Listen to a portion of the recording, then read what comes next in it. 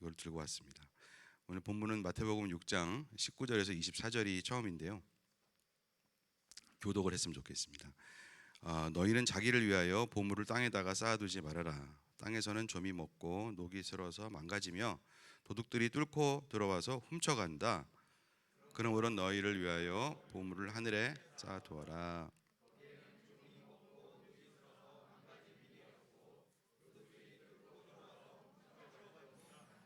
너의 보물이 있는 곳에 너의 마음도 있을 것이다.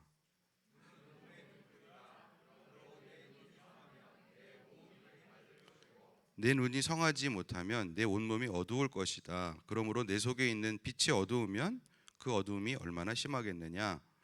아무도 두 주인을 섬기지 못한다. 한쪽을 미워하고 다른 쪽을 사랑하거나 한쪽을 중히 여기고 다른 쪽을 업신여길 것이다. 너희는 하나님과 재물을 섬길 수 없다. 아멘. 잘하는 말씀인데 굉장히 신박한 또 마음에 와닿는데 뭔 뜻이지? 알 것도 같고 모를 것도 같고 안다고 생각하였으나 듣 것도 아닌 것 같고 그런 구절입니다. 나의 보물은 무엇인가? 나의 보물 이렇게 했으니까 나의 보물이 뭐냐라고 물어봤어요. 물어봤더니 뭐 공부를 잘하시는 분은 예수님이요, 하나님이요 그러는데 사실 거짓말이죠. 나의 보물이 뭘까? 정직하게 한번 얘기를 해보자. 그러면은 생각을 좀 바로 나오는 답은 사실 그건 아니고 이 학습의 영역으로 나오는 것이 이제 그건데 예수님인데 충격을 받았습니다. 나의 보물은 무엇이냐?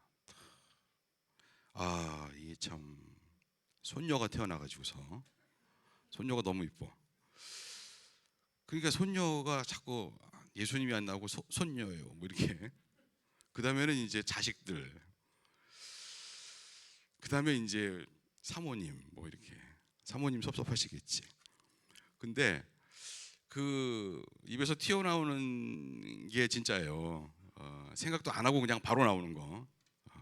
그러니까 그 질문을 딱 했는데 앞에 이제 다들 표정들이 어두워. 눈이 밝지 않아. 눈이 성하지 않아. 그래서 온몸이 어두운 것 같아. 다들 한 열댓 명이 모였는데 다들 황당과 당황과 빠졌습니다. 거기에 빠져가지고 나의 보물은 뭐지? 선교사님이 전도사님이 답을 쓰려는데 나는 보물이 뭐지? 그래가지고 그 중에서 제가 질문을 해도 가장 시험 들지 않을 분에게 물어봤습니다. 그랬더니 그 형제님이 하시는 말씀이 자기래요. 나 자신이 나의 보물이었대 알고 보니까. 그러니까 또 그 옆에 있는 형제님이 어떻게 알았지? 또 이렇게 표정들이 다 비슷하게 그렇더라고요. 근데 그거를 우리 주님이 모르실 리가 없죠. 그렇다고 뭐 그 사람이 예수님 영접 안 한 거지? 구원 못 받은 거지? 아니면 뭐 신앙이 없는 거지? 막 그렇게 얘기할 수가 없습니다. 왜냐면 정직한 얘기니까. 그리고 언젠가 10수년 전에 혹은 5년 전에 혹은 뭐 30년 전에 눈물을 줄줄 흘리면서 예수님을 나의 주인이요 구주요 그리스도요 메시아요 하여튼 이래가면서 죄를 회개하고 하나님과의 그 만남 디바인 엔카운터가 있었던 사람이기 때문에 그걸 의심하지 않고 하나님도 아십니다. 근데 내 마음속에 중하게 여기고 있는 것이 이제 보물이라는 거죠. 너의 보물이 있는 곳에 너의 마음도 있을 것이다. 보물이 뭐 여러 가지가 있어. 보물 넘버 1, 2, 3, 4 뭐 많더라고. 근데 예수님은 잘 안 나와. 사실은 목사님이 물어보면 예수님이요 그러지만 마음속으로는 아니고 1번, 2번 뭐 이렇게 있다는 거죠. 그걸 주님이 아십니다. 아시는데 중요한 건 뭐냐면 그 보물을 우리가 지킬 수가 없어요. 지킬 수가 없습니다. 뭐 아무리 이쁜 자식이 됐든 손녀가 됐든 우리가 보니까 할머니 할아버지가 뭐 부모가 열심히 지키려고 노력을 하지만 우리 마음대로 안 됩니다. 지킬 수가 없다는 거예요. 지킬 수가 없다. 그러니까 주님이 하시는 말씀이 너희는 자기를 위하여 보물을 땅에다가 쌓아두지 말아라. 너희가 지킬 수가 없다 그런 얘기더라고 보니까. 우리가 지킬 수가 없어. 지켜지지가 않습니다. 마음대로 어떻게 좀 안 돼요. 땅에서는 조미 먹고 녹이 슬어서 망가지며. 영적으로 해석을 해보면은 땅에 그걸 놔두고 있으면은 내가 지켜봐야지 그러고 있어봐야 다른 것이 들어온다. 그러므로 도둑들이 뚫고 와서 훔쳐가기도 하고, 그러니까 마음이 매일매일 졸이고 그렇다는 거죠. 그러므로 너희를 위하여 보물을 하늘에 쌓아두어라. 이게 무슨 얘기냐? 너는 지킬 수가 없다. 나는 지킬 수가 없구나. 그럼 누가 지켜? 하나님이 지켜주셔야 돼요. 주님만 지켜주십니다. 그러니까 하나님께 드려야 되는 거지.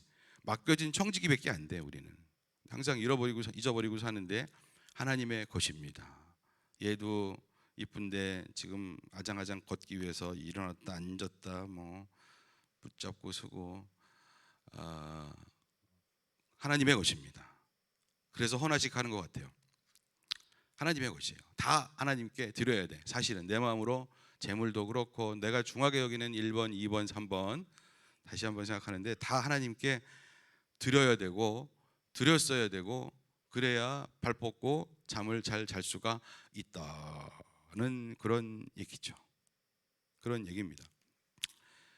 안 그러면 이 우리의 육신의 눈과 귀는 중요한데 이 눈으로 별것을 다 보잖아요. 귀로 별걸 다 들어요. 그러면 세상 정보가 들어온단 말이지요. 세상 정보가 들어온다. 세상 정보를 눈으로 본다.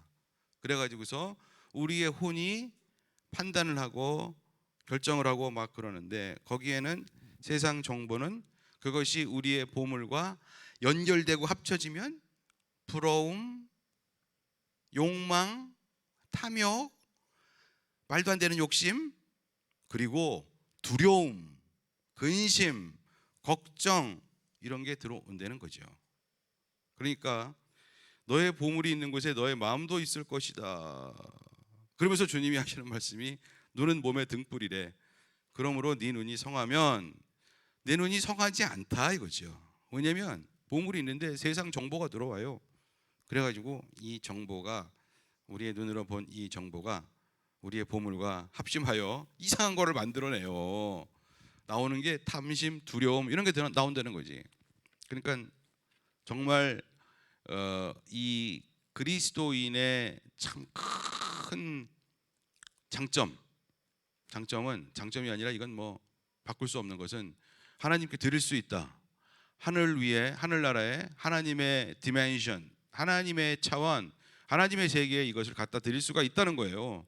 그래서 기도를 하는 거죠. 기도할 수 있다. 기도할 수 있다. 그래서 마음의 평안을 얻을 수가 있다. 이것이 매우 매우 중요한 것 같습니다. 그래서 이 하여튼 욕망, 탐욕, 그리고 근심, 두려움, 이 두 가지가 들어오는 거죠. 그게 몸의 등불인데, 눈이 몸의 등불인데, 그러면 벌써 눈이 흐려져. 눈을 보면은 욕심 사납게 생겼네요. 아니면 걱정, 불안, 두려움이 있어요. 근데 여러분 그거 아십니까? 이제 의사가 그러더라고. 의사가 그러는데 사람이 이 40 넘어가서 45세쯤 되면은 그다음부터는 사람이 안 바뀐대요. 의사가 이제 임상을 많이 해가지고 많은 사람을 대해봤는데 그 양반이 그러더라고.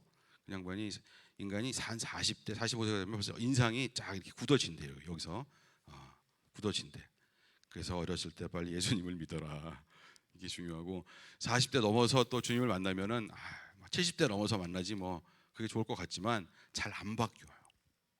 부태가 있어가지고 잘 안 바뀐다는 거예요. 눈이 막 갑자기 성해질 수가 없어서 열심히 새로운 피조물 돼갖고 열심히 주여 주여 주여 그러는데 또 집에 가면 또 옛날 습관이 나오는. 그러니까 이 점점 이제 보물이 바뀌는 거지. 진짜 보물, 내가 마음속에 갖고 있던 이 보물들 이거였는데 하나님이라는 분을 만나게 되면 우리 주님이 들어오시게 되면 이제 달라지는 거죠.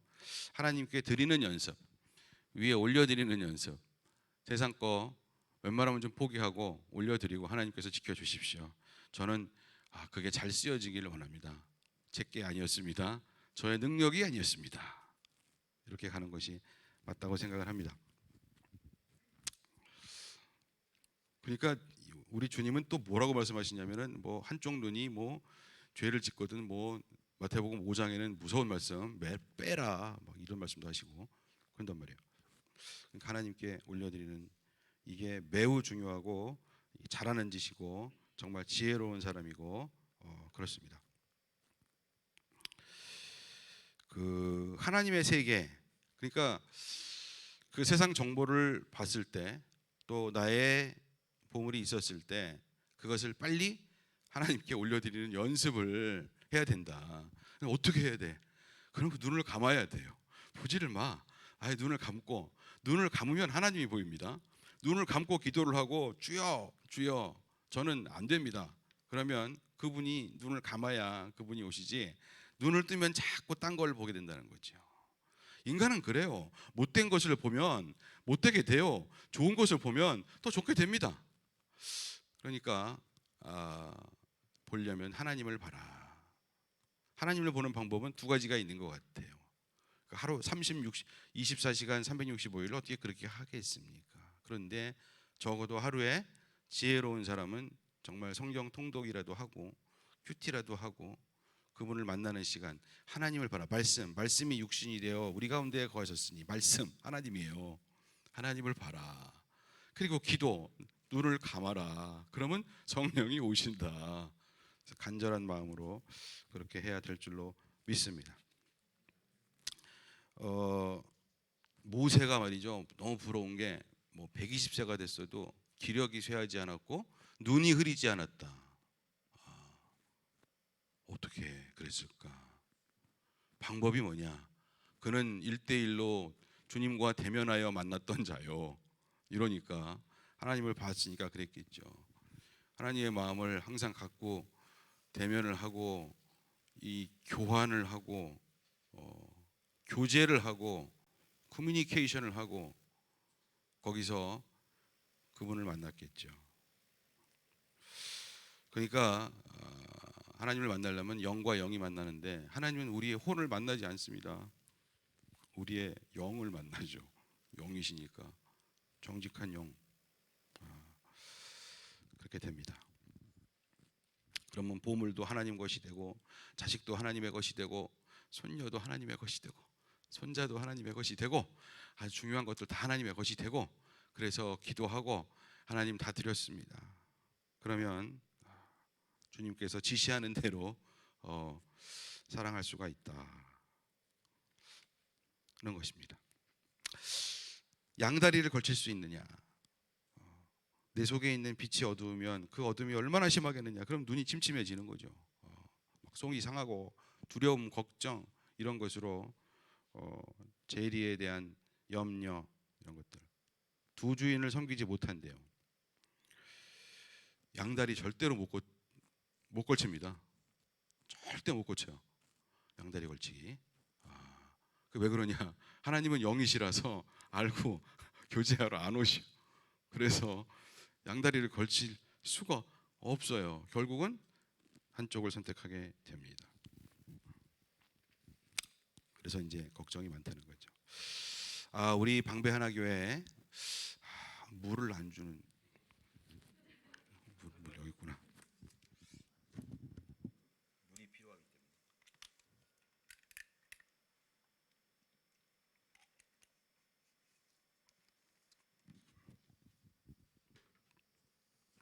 그래서 이제 우리 주님이 근심과 걱정으로 토픽을 바꿔서 우리 10년 가운데 보물을 지키느라고 근심 걱정이 있고 또 욕망, 탐욕 이런 것이 있기 때문에 그렇게 말씀을 하시는 거죠.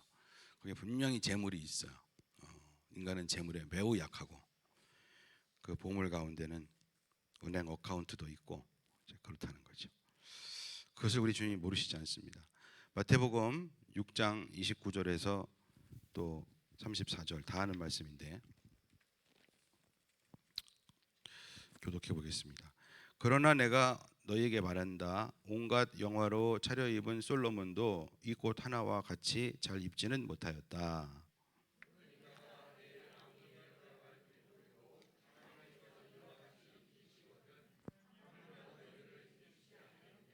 믿음이 적은 사람. 그러므로 무엇을 먹을까, 무엇을 마실까, 무엇을 입을까 하고 걱정하지 말아라.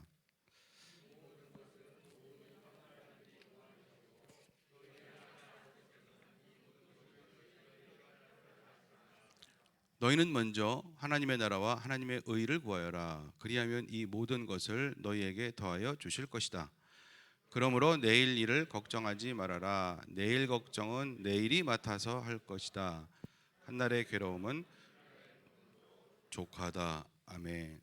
잘하는 말씀입니다. 그래서 이 말씀의 그 컨텍스트가 위에 있는 그 보험을 지키는 두려움 때문에 눈이 성하지 못해서 이런 것들로 인하여 절절절절 연결이 돼가지고 나오는 거죠. 근데 이제 이 말씀을 하는 주님이 말씀하시는 사람들은 대상이 그래도 믿음이 있는 사람들이에요. 하나님 생각하는 사람들입니다. 대상이. 왜냐하면 거기 뭐라고 나오냐면 이 불신자들아 그렇게 안 했어요. 믿음이 적은 사람들아 이렇게 얘기했습니다. 30절에 오늘 있다가 내일 아궁이에 들어갈 들풀도 하나님께서 이와 같이 입히시거든. 하물며 너희들을 입히시지 않겠느냐. 너희들은 누구냐? 믿음이 적은 사람들. 믿음이 없는 사람들이 아니고 그래도 믿음이 있는 사람들인데 믿음이 적어. 그럼 걱정이 많다 이거지. 혹시 우리가 아닐까 싶어요.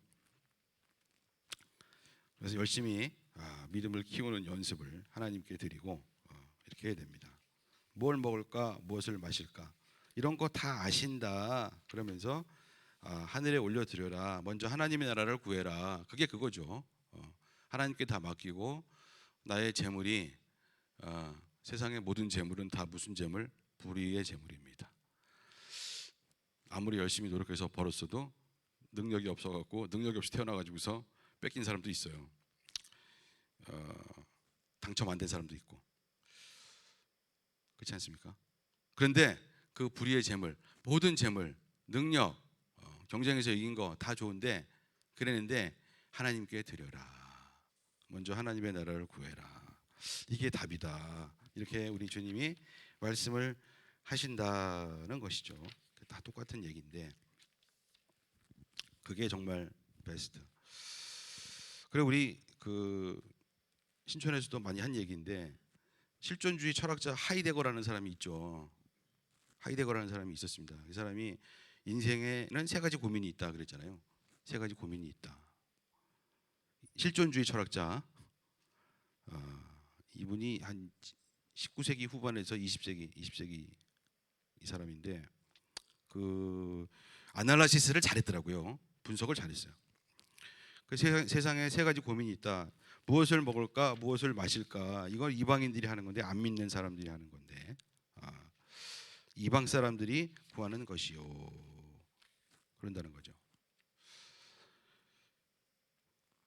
그래서 하나님과 인격적으로 만나려면 사실은 이런 고민을 떠나서 하나님께 다 드리고 가야 되는데 세 가지 고민이 있대요. 그래서 그 사람이 뭐라고 했습니까?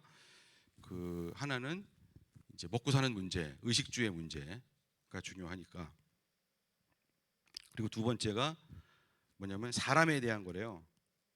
관계에 대한 거죠.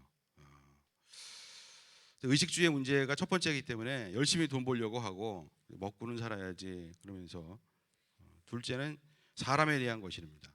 관계에 대한 것이겠죠. 나를 알아주는 뭐 이런. 그래서 그 물질에 대한 고민에서 좀 벗어나면 물질만 많으면 뭐래?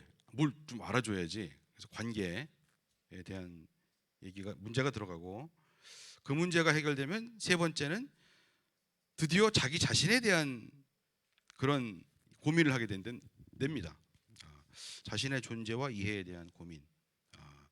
그게 정말 그 분석을 잘한 것 같아요. 분석을 잘한 것 같은데 인간적인 분석이죠. 그래서 하이데거 이분은 그래서 분석을 잘하셨는데 분석만 하다가 그냥 돌아가셨어요.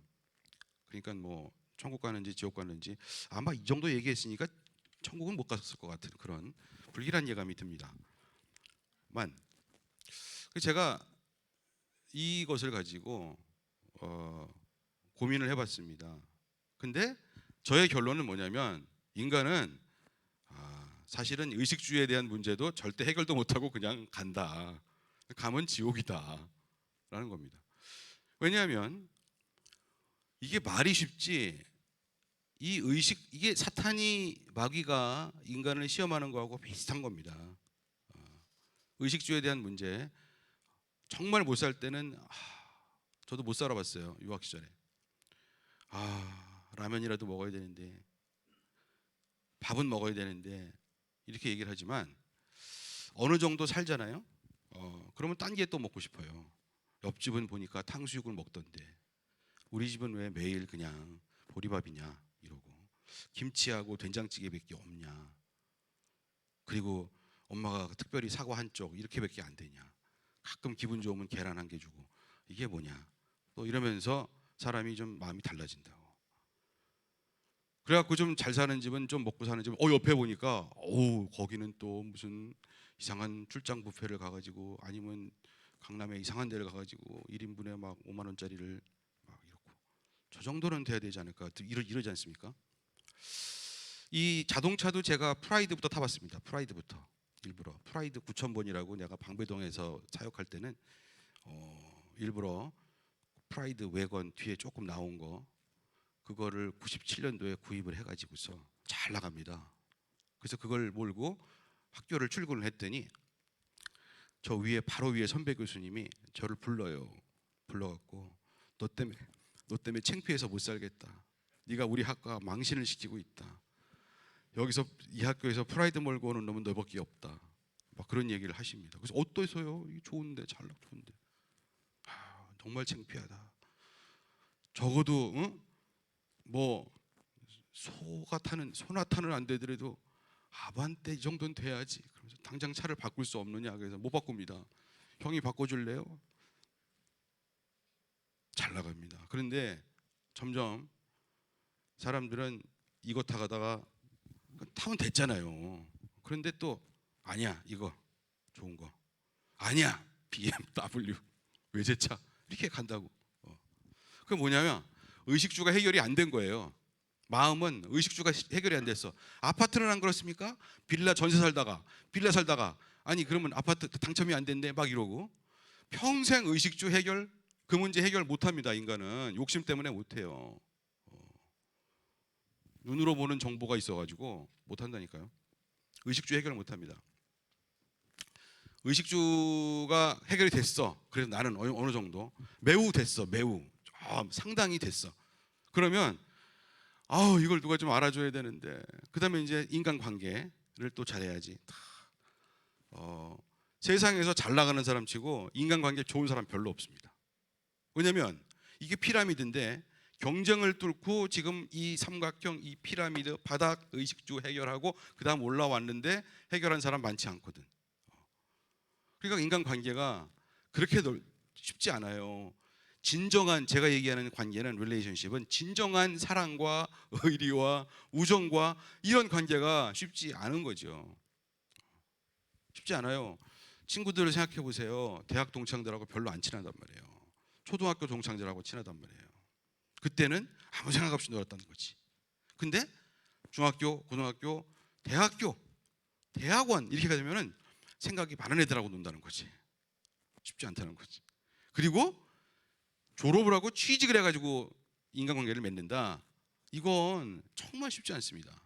왜냐하면 무슨 얘기를 들으면 저 사람이 왜 그 얘기를 했을까부터 해가지고 얼마나 분석하고 따지고 그렇습니까?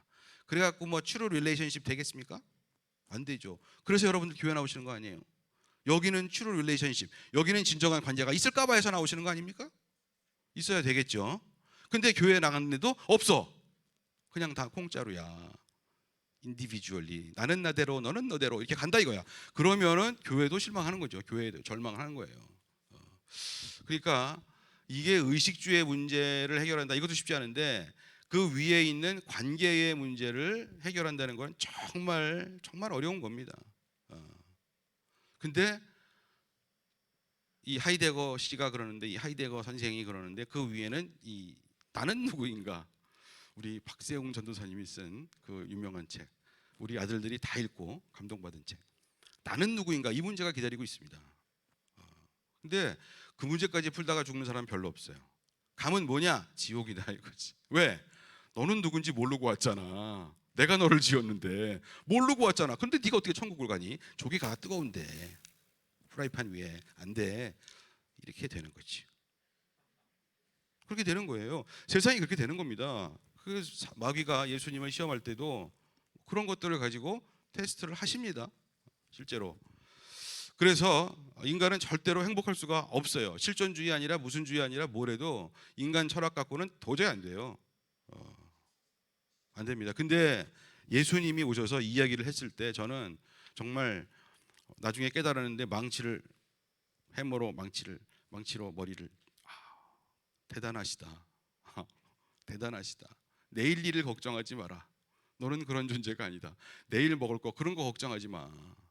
이게 뭐냐면, 우리 주님은 어떤 분이시냐면, 이 보통 철학자들이나 인간들이나 사단은 의식주를 가지고 배고프지, 욕심나지, 짜증나지, 힘들지, 마음 괴롭지, 이런 걸 가지고 치고 이거 바닥부터 오지 않습니까? 근데 우리 주님은 뭐예요? 1번부터 때려요. 정체성. 너는 누구니? 딱 이거부터. 그거만 해결되면, 정체성의 문제가 해결이 되면 그 다음엔 관계의 문제도 풀려요. 정체성이 해결되면. 왜냐하면 나는 그분을 만난 거야. 하나님이라는 분을 만난 거죠. 회개. 자꾸 죄를 갖고 회개한다고 그러는데 그게 아니에요. 우리 주님은 한 번도 우리에게 너는 죄인이야 회개해, 너는 나쁜 놈이야 이렇게 말씀하신 적이 있다? 없다? 없어요. 가늠한 여인한테도 그렇게 말씀 안 하셨습니다. 너는 가늠한 죄인이야 이렇게 말씀 안 하셨어요. 나도 너를 정죄하지 않겠다, 이제부터 가서 죄를 짓지 말거라, 그렇게 말씀하셨다고. 그러면 회개가 중요하지 않습니까? 회개 중요합니다. 근데 회개가 일어나는 이유는 하나님이라는 분을, 그런 분의 차원을 이 물리적인 공간에 있는 내가 만났기 때문에 자동으로 회개가 되는 겁니다. 알고 보니까 나는 정말 죄인이야. 되도 않어. 이거 안 되겠어. 이제까지 어떻게 살았어. 죄송합니다. 하나님, 나도 어떻게 좀 삭개오가 되는 거죠. 그래서 마음이 열려서 자동으로 본인이 고백하고 회개를 하는 겁니다. 베드로도 그랬어요. 나는 죄인입니다. 나를 떠나소서. 그랬더니 주님이 뭐라 그럽니까? 그래 너는 죄인이야. 이제 알았니? 그렇게 안 했어요. 두려워하지 말아라. 네가 이제부터 사람을 낚는 어부가 된다. 그렇게 말씀하셨단 말이죠. 그러니까 이게 은혜를 받아갖고 마음이 열려서 회개가 그냥 나도 모르게 눈물이 줄줄줄 왕창 나오고 죄 고백도 다 나오고, 그렇게 해서 따라오는 이런 차원의 정체성. 나는 이제 하여튼 내일 내가 두렵고 욕심부리고 그럴지라도 오늘은 틀려. 오늘은 나는 피조물이야. 그러면서 정체성이 회복이 된다는 거지. 1번. 이게 아주 강력해야. 죄송합니다.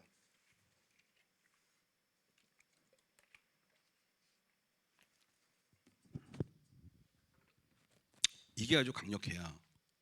그 다음에 이제 근데 사람이 그분을 만나면 그게 좋잖아요. 은혜 받은 그 시간이 얼마나 좋아. 그러니까 예배를 또 드리고 또 드리고 또 드리고 또 드리고, 그러니까 한 번 체험하고 두 번 체험하고, 세상에서 어려운 일 만나도 그 체험을 잊지 못해서 주여 그러면서 체험을 또 하고 또 하고, 그러다 보니까 사람이 얼굴이, 눈이 성해지고 눈이 밝아지고 빛이 나고, 눈을 감으면 그분이 다운로드를 시켜줘. 다 와가지고 딴 사람이 막 되고, 내가 이게 아닌데, 나 이런 사람 아니었는데. 술 담배를 끊고 귀국을 해가지고서 대학 동창들을 만나니까 다들 나보고 미쳤다고 그러더라고. 또 옛날에 개차반이었잖아. 거의 이런 식으로 얘기하려고 그래. 사람이 바뀌죠. 그러면 관계도 바뀌어요. 사람이 넉넉해진다고요. 관계도 바뀌어. 왜냐하면 야 이거 욕심내면 뭐하냐? 야 이거 욕심내가지고 뭐해 이거? 하나님 계신데. 그러면서 관계가 바뀌어. 그래가지고 관계가 바뀌기 때문에 사람의 마음이 바뀌기 때문에 부부관계도 바뀌고 부자지간의 관계도 바뀌고 밖에서 사회생활하는 관계도 바뀌고 신앙생활도 바뀌고 다 바뀐단 말이에요. 마음이 넉넉하니까. 그래서 그렇게 마음이 넉넉하고 관계가 좋고 어떻게 그냥 퍼주려고 하고 사랑하려고 하고 어떻게 좀 이런 사람이 나 못 먹고 사는 거 못 봤어요. 난 그런 사람들이 의식주 해결 못하는 거 못 봤어요. 난 한 번도 못 봤어요. 다 되더라고. 그러니까 바닥부터 하지 말라는 거예요. 세상은 분석을 잘해가지고 분석 잘하면 뭐합니까? 가면 지옥인데 3번, 2번, 1번 이렇게 하지 말라는 거지. 우리 주님은 1번, 2번, 3번 1번을 이게 맞으면 2번, 3번은 그냥 빙산이 녹는다. 이렇게 저는 이게 중요한 것 같아요. 그래서 절대로 세상 철학자가 머리 좋은 사람들이 혼적으로 참 공부 열심히 하고 철학 고민했다는 사람들이 풀 수 없는 문제를 30 초반에 그분이 와서 그렇게 걱정하면 뭐 너희는 먼저 주의 나라와 그의 의를 구해라 그러면서 정체성부터 퍽 놀란 거죠. 현자다 현자 아니면 하나님이다. 어떻게 그럴 수가 있느냐. 그러면서 지난 30년을 살아왔습니다. 제가 예수 믿은 지가 30년 됐습니다. 안 믿던 세월하고 차원이 다르죠. 물론 아시는 대로 고생은 많이 했습니다만 고생이 참 눈물 나는 고생도 했지만 은혜 받고 감격했기 때문에 고생은 고생도 아니고 다 이렇게 되는 거죠. 그렇게 되기를 예수님의 이름으로 축원합니다. 네.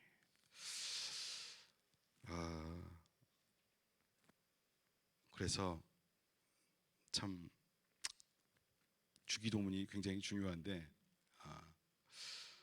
이 아이러니한 것 같아요.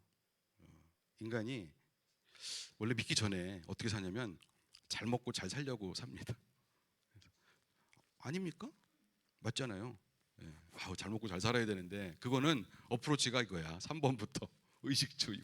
잘 먹고 잘 살려고. 그러면 꼭 못 먹어. 힘들어. 걱정이 많아. 그리고 막 주가가 뛰는 것 같아. 올라올 때 좋고 떨어질 때 푹 떨어지고 이렇게. 저는 절대 그거 안 하지.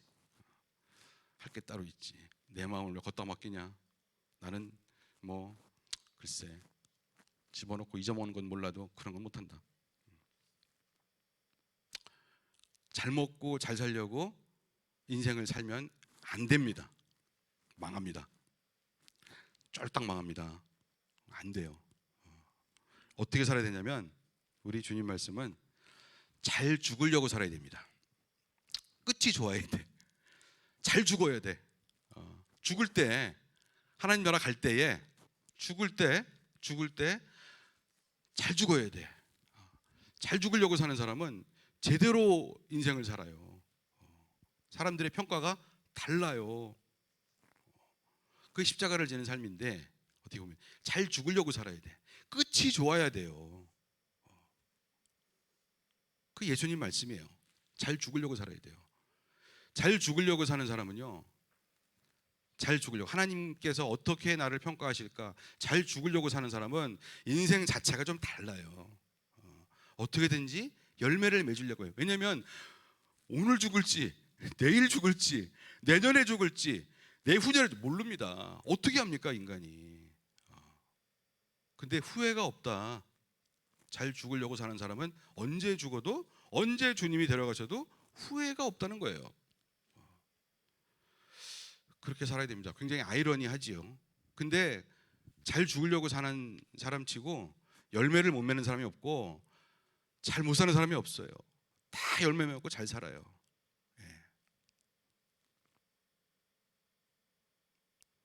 사과가 당도가 좋아요. 열매. 사과는 맛있어야 되거든.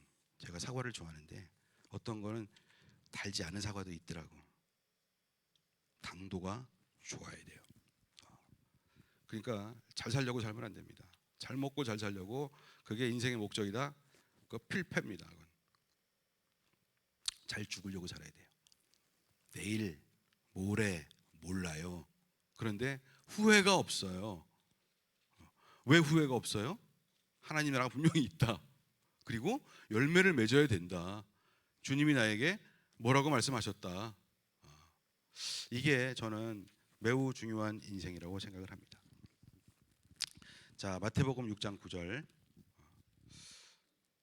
6장 9절. 다 아는 말씀인데 교독. 그러므로 너희는 이렇게 기도하여라. 하늘에 계신 우리 아버지, 그 이름을 거룩하게 하여 주시며 그 나라를 오게 하여 주시며 하늘에서 같이 땅에서도 이루어 주십시오. 오늘 우리에게 필요한 양식을 내려 주시고 우리가 우리에게 죄 지은 사람들을 용서하여 준 것 같이 우리의 죄를 용서하여 주시고 우리를 시험에 들지 않게 하시고 악에서 구하여 주십시오. 나라와 권세와 영광은 영원히 아버지의 것입니다. 아멘. 너희가 남의 잘못을 용서해 주면 용서해 주실 것이다. 아멘. 저는 이 주기도문이 매우 중요하고, 이거는 암송을 해야 되는 것이 아니고 이건 묵상을 해야 되는 것이다. 그래서 이 주기도문을 토대로 앞에서 얘기했던 그 얘기들이 다 나오는 거 아니겠습니까? 마태복음 6장인데, 그러므로 고민하지 말고 이렇게 기도해라. 이방 사람들처럼 바리새인들처럼 기도하지 말아라. 그런 얘기였습니다. 이방인들과 바리새인들의 기도는 진짜 기도가 아니었다. 근데 이방인들과 바리새인들의 기도는 가짜 기도인데 너희는 그렇게 기도하지 말고 이렇게 기도해라 이러면서 하나님 나라에 먼저 드리고 하나님의 나라가 이루어져야 됩니다. 이 땅에서도 이루어져야 됩니다. 공의와 은혜와 정의와 막 이러고 우리 주님의 거룩하심 같이. 그리고 하나님은 나의 아버지이십니다. 우리 아버지 그러잖아요. 아버지. 그 당시에 하나님을 아버지라고 부른 사람은 없어요. 아버지. 그러니까 이 관계성이죠. 근데 이제 여러분 그거 아십니까? 이방인의 기도와 바리새인의 기도에 공통점이 있습니다. 공통점은 뭐 하나님이 안 받으신다지. 공통점인데 그걸 왜 안 받았을까? 바리새인의 기도는 외식하니까, 남에게 보이려고. 우리 주님은 숨어서 보시는데. 그러면 이방인의 기도는 뭐냐? 이방인의 기도는 한 말을 계속 많이 해야, 반복을 하고 강조를 해야 줄까봐 뭐 달라는 얘기예요. 이거 주세요, 저거 주세요, 저거 이거 저거 막. 공통점이 뭐냐? 공통점이 없을 것 같은데, 공통점은요 비인격적이라는 겁니다. 비인격적이에요. 하나님이 그들을 만날 수가 없어요. 하나님이 걔네들을 뭐 싫어하시고 꼭 그런 게 아니고 만날 수가 없어요. 비인격적인 기도는 만날 수가 없어요. 왜냐하면 하나님은 영이시기 때문에 혼적인 기도를 해도 우리 주님은 만나기가 어려우신 것 같아요. 이방인과 바리새인은 비인격적입니다. 기도가. 그러니까 인격적인 그리고 신령과 진정이라는 게 인격적인 건데 모른다 그러고 하나님 너무 슬픕니다. 애통합니다. 그래서 심령이 가난하고 애통하고 정직하고 줄이고 목마르고 이런 사람들이 주님을 만나는 거죠. 그래서 이렇게 기도하여라. 그리고 주님이 말씀을 하시는데 인격적으로 하늘에 계신 우리 아버지가 쉽지 않다. 구원받은 자도 하나님 보고 아버지 이거 어려워. 5년간 힘들어. 저는 5년 동안 전도사도 되고 그랬는데, 집사도 되고 그랬는데 하나님 아버지가 힘들었어요. 저는. 왜냐하면 나는 우리 아버지하고의 육신의 아버지하고 관계가 별로 안 좋았던 사람이라서. 예수 믿자마자 처음으로 용서한 분이 우리 아버지인데 하나님 아버지가 잘 안 되더라고요. 5년간 힘들었어요. 우리 주님은 관계를, 영적인 관계, 인격적인 관계, 이것으로 정체성부터 깨는 이렇게 그런 분이잖아요. 그러니까 참 이 비인격적인 기도는 이게 안 된다 그런 거예요. 인격적인 기도를, 영적인, 그러니까 절대로 위선적, 외식, 사람들에게 보이려고 절대 하면 안 됩니다. 이건 안 되고. 그러니까 아까 찬양 예배가 저는 매우 중요한데, 찬양 예배 드릴 때 다 용서하고 회개도 하고 하나님 나 좀 간절한 마음으로 하나님 나 좀 만나 주세요. 이 설교는 지금 해석하는 거고요. 아까 찬양 예배, 저는 그게 무지하게 중요하다. 예배 공동체, 이걸 못하면 절대 교회 부흥은 없다 라고 믿습니다. 성령 부흥 없어요. 예배가 중요합니다. 거기서 하나님을 만나야 돼요. 주님을 만나야 돼. 어떻게 인간 혼 가지고 와가지고 내 영을 드리지도 않고 그분을 만날 생각을 하십니까? 말도 안 되는 얘기입니다. 그래서 저는 비대면 예배를 별로 안 좋아해. 왜냐하면 대면 예배를 해도 성령님이 오실까 말까 한데 어떻게 비대면 예배를 해가지고 성령 받겠냐고, 말도 안 되는 소리 하지도 말라고요. 말이 안 됩니다. 하나님이 왜 용서를 말씀하십니까? 용서 매우 중요하다. 회개해라. 우리의 죄를, 우리가 우리에게 죄 지은 사람을 용서해 준 것 같이 우리의 죄를 용서하여 주시고 하는데, 하나님께서, 예수님께서 14절에 너희가 남의 잘못을 용서해 주면 너희 하늘 아버지께서도 너희를 용서해 주실 것이다. 그러나 15절인데 안 썼는데 너희가 남을 용서해 주지 않으면 너희 아버지께서도 너희의 잘못은 용서해 주지 않을 것이다 그래요. 자, 그럼 무슨 얘기냐? 기도가 안 되는 거야. 용서가 안 되잖아요. 그러면 우리는 3차원 공간, 혼적인 세계에 이렇게 있어요. 근데 그분은 어디 있습니까? 그분은 4차원, 5차원이에요. 그분은 영이셔요. 하나님은 영이시니 예배하는 자가 신령과 진정으로 예배를 할지니라. 하나님은 찾으신다고 그랬습니다. 그런 사람을, 인격을 찾아요. 인격을. 노아를 찾았고 아브라함을 찾았고 모세를 찾았고 다윗을 찾고 그랬잖아요. 그래서 주여 부르면은, 우리가 주여 간절한 마음을 부르면은 어떤 놈이 간절한가 봐서 이분이 오셔 이렇게. 그러면 이게 3차원하고 4차원하고, 이게 4차원은 시간과 공간 축이 하나야. 없어. 한 점이에요. 태초에 하나님이 천지를 창조하시니라. 태초는 시간도 없고 공간도 없어요. 다른 디멘션이란 말이에요. 시공간. 근데 그런 분이 그러니까 이 자리에도 계신데 이렇게 오셔가지고 우리를 이렇게 만나요. 만나는데 이게 지금 이게 인터페이스, 이거 계면, 이거 인터페이스 이렇게 딱 만나는데 여기서 만나려면 우리가 마음을 열어야 돼. 그래, 마음의 문이 열리면 하늘의 문이 열려. 하나님의 문이 열려. 여기서 쏙 들어와. 문 밖에서 내가 기다리노니. 요한계시록 3장 21절인데 너희가 문을 열면 나도 들어가서 너희와 먹고 너희는 나로 더불어 먹으리라 그랬잖아요. 문이 열려야죠. 그러니까 예배가 얼마나 중요한데, 예배를 정말 잘 드리는 게 저는 중요하다고 생각해요. 그래서 이분이 오시는데, 근데 여러분의 마음 가운데 원망이 있어. 원망이 영이야? 원망은 악령이 들어오는 길이지. 혼이에요. 악령이, 악한 것이 우리의 혼을 갖고 장난을 친단 말이에요. 그러니까 용서를 못하면 이게 무슨 얘기냐? 용서를 못하면 절대 하나님을 만날 길이 없을 것 같아. 내가 보기에는.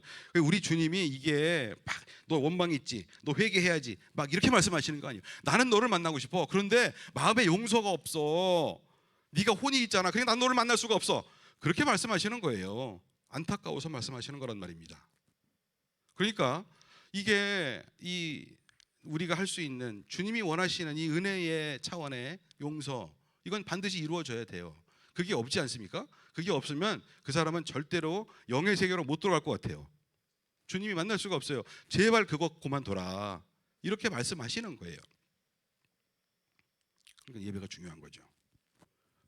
그리고 진정한 기도는 이게 없어야 진정한 기도가 올라갈 수 있는 거죠. 사단의 방해를 받지 않고 갈 수 있는 거란 말이에요.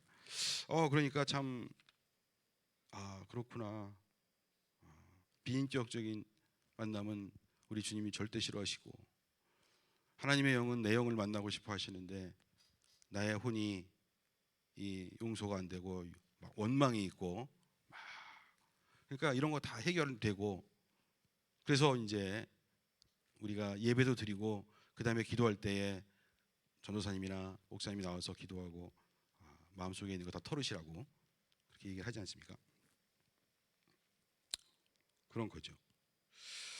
하나님의 세계에, 그 예배의 세계, 인간의 세계에서 하나님의 세계를 만나야 되는데 그게 안 되면 참 어렵다는 거죠. 그래서 이 예배가 잘 되고, 이 공동체가 그 예배 공동체에서 주님을 만나고 거기서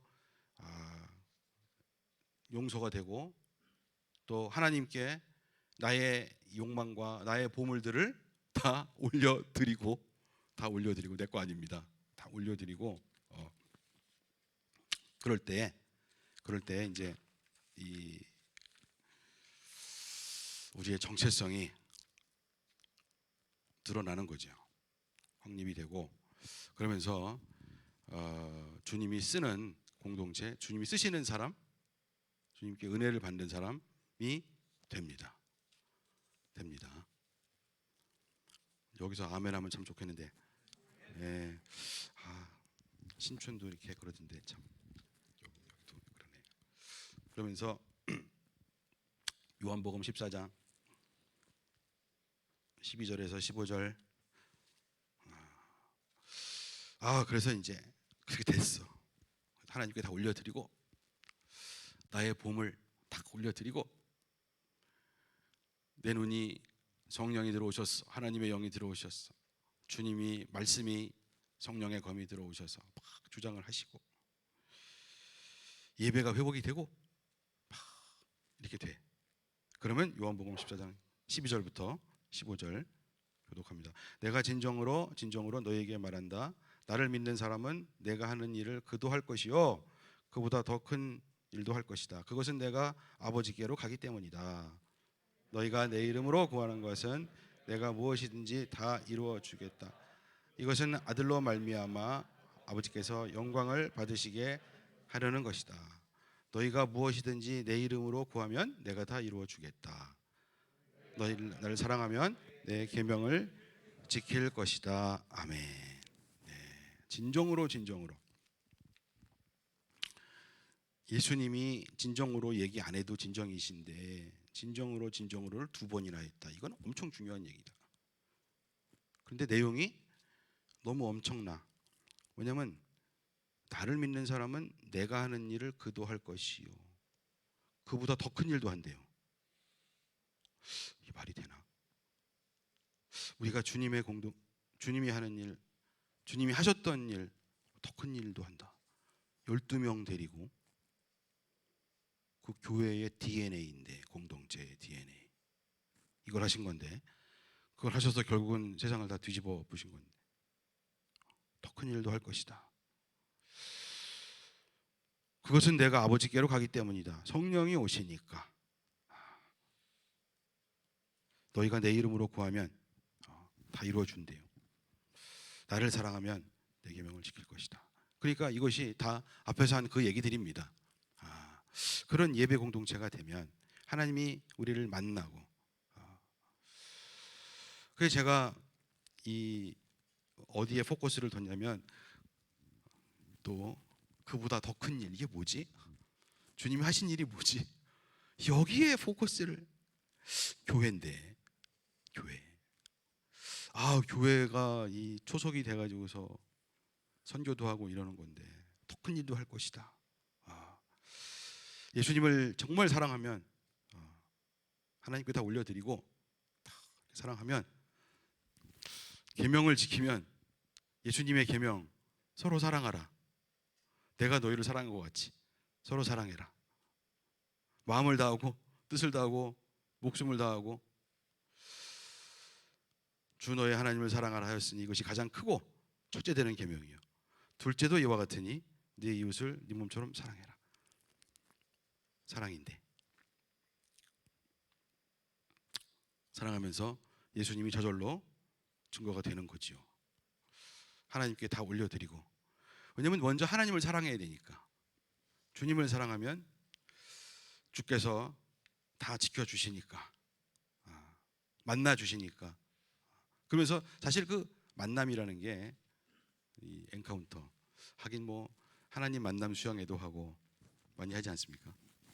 근데 예배는 무조건 만남의 포커스. 예배라는 거는 무조건 성령님을 만난다, 하나님을 만난다에 포커스를 둬야 되는 거죠. 이렇게 되는 거죠. 그래가지고 주님이 하시던 일이 뭐였냐? 신촌도 그렇게 열심히 머리를 맞대고 하나님. 그래가지고 우리가 하전도사님이 옛날에 8년 전에 오셔가지고 저하고 같이 머리를 맞대고, 어떤 큰 일이냐? 주님의 공동체는 뭐냐?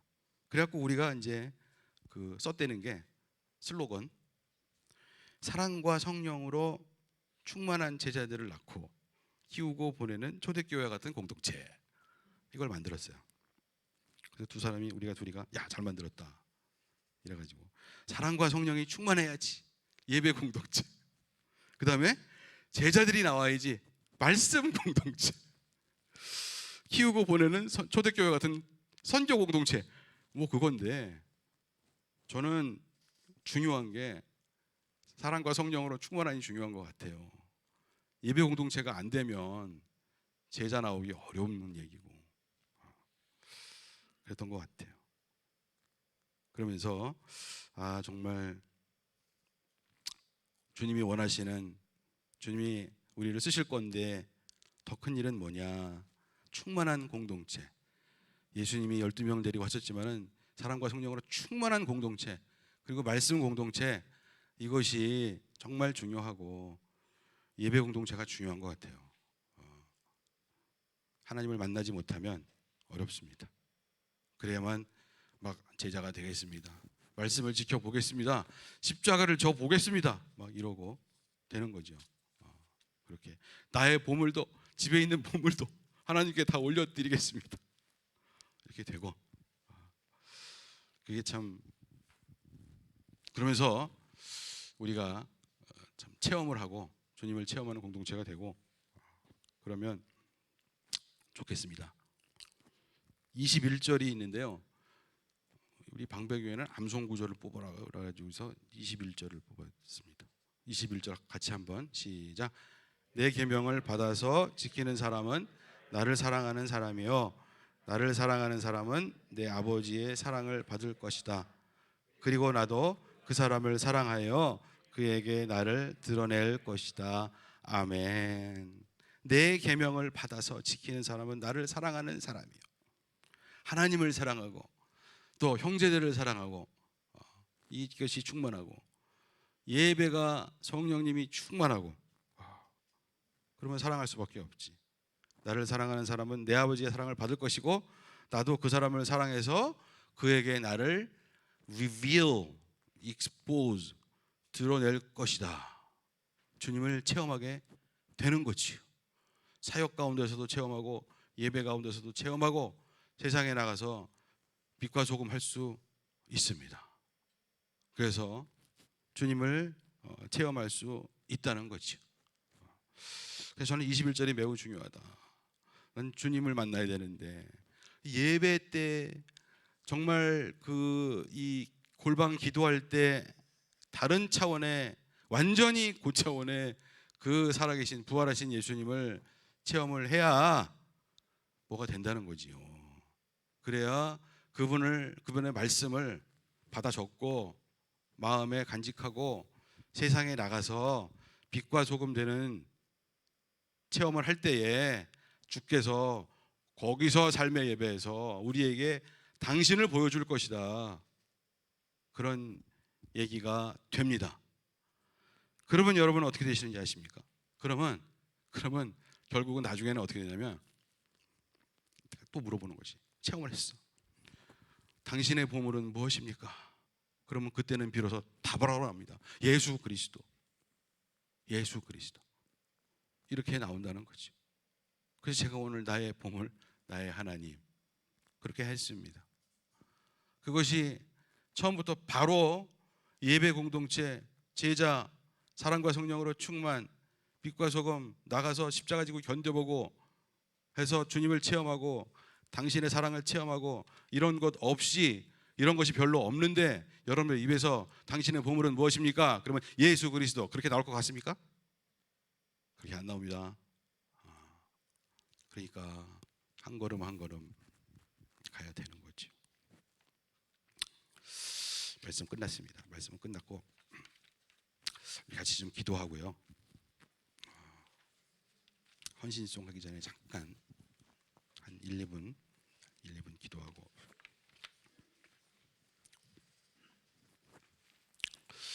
그렇습니다. 예수님은 우리의 보물이십니다. 하나님 우리의 보물이셔요. 그런데 그게 처음부터 예배 없이 높은 차원에서 오시는 성령님, 성령 하나님을 만나는 것이 없이 되지 않는다는 거예요.